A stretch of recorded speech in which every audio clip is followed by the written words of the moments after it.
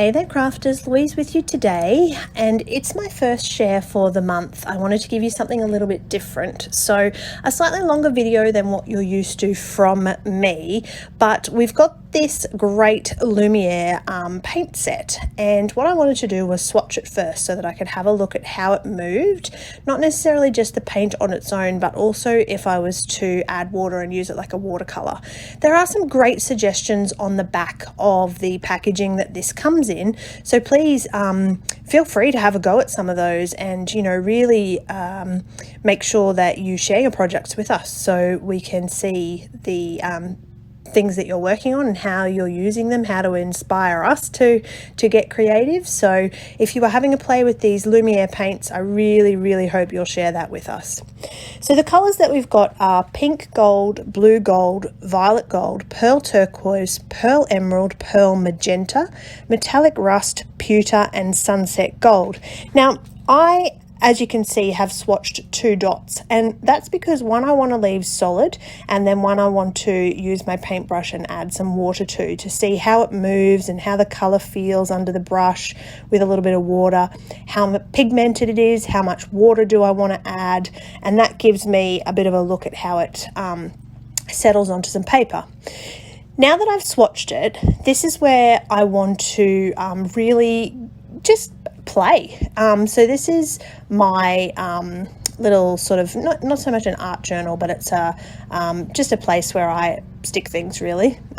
So yes, an art journal, call it what it is. But what I want to do is let this paint dry a little bit and just see how it moves, if I spread it around, what sort of effect I'm going to get, how it looks underneath, really just playing. And this is the best way to learn, so I hope that this video is quite informative for you because you can actually experience me doing the playing.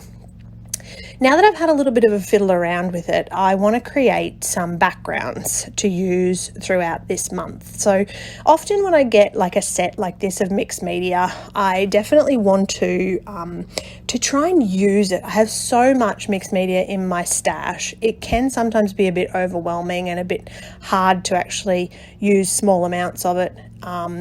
And be afraid that, you're going to use it all up. Is it going to run out? Is it going to sit there and dry up? So I do make an effort to try and use as much of my mixed media supplies as I can.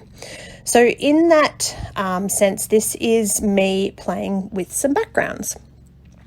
First thing I'm going to do is pull out some stencils that I think would really highlight and showcase these colours that we've got going on. So, of course, this month being all about Vicky Bouton's print shop collection, I'm using kit stencils, so it's the Vicky Bouton stencils, and I am using blue gold and pearl emerald here. So, oh no, that's a lie, sorry, that was pewter. So I'm using blue gold and pewter together, and I sort of wanted these colors to blend a little bit. They didn't blend quite as well as what I wanted to, and when you spread them like I have with this little sponge, you do lose a little bit of the shimmer that it has going on, but I still think it's a pretty cool background effect. So that's background one, and of course it's not complete without some splatters as well. So a bit of leftover paint sitting on my craft mat there, mixed with some water, add some splatters, and helps to tie that background together. And again, because I've still got more colour, pulling out just a little art journal that I work on and adding some more colour. I'll cover most of that up, but I do like to have that pop of colour in the background. Now, if you haven't seen this trick in any of my videos in the past, these are actually dog little accident pads, pee pads, we call them in our house. So I use these pee pads to protect my surface from when I'm using paint and anything that's sort of damaging. I learned it at my local craft class, and it was really such a great idea I've implemented at home. So if you haven't been to your local discount store and picked up some pee pads, I find them very handy when I'm working on sort of mixed media like I am at the moment. Now, while I was chattering away there, I showed you some of the other ways that I had used the Lumiere Paint. So I had put some more in my art journal. I'd made some hearts over some black. They really look amazing over black card. So if you haven't tried black card for a little while and your mojo might be missing a little bit, could be worthwhile pulling out some black card and challenging yourself to create on a black background. So I'm quite interested in stripes at the moment, so I decided I'm going to make this stripy background, and it wasn't supposed to be this messy. It was not supposed to look like a candy cane. I chose the pink gold because I thought it was a cute colour, and it really just looks like a candy cane. So I don't necessarily use this background, but it's sitting there and it might feature on a Christmas layout later in the year, so I will hang on to it.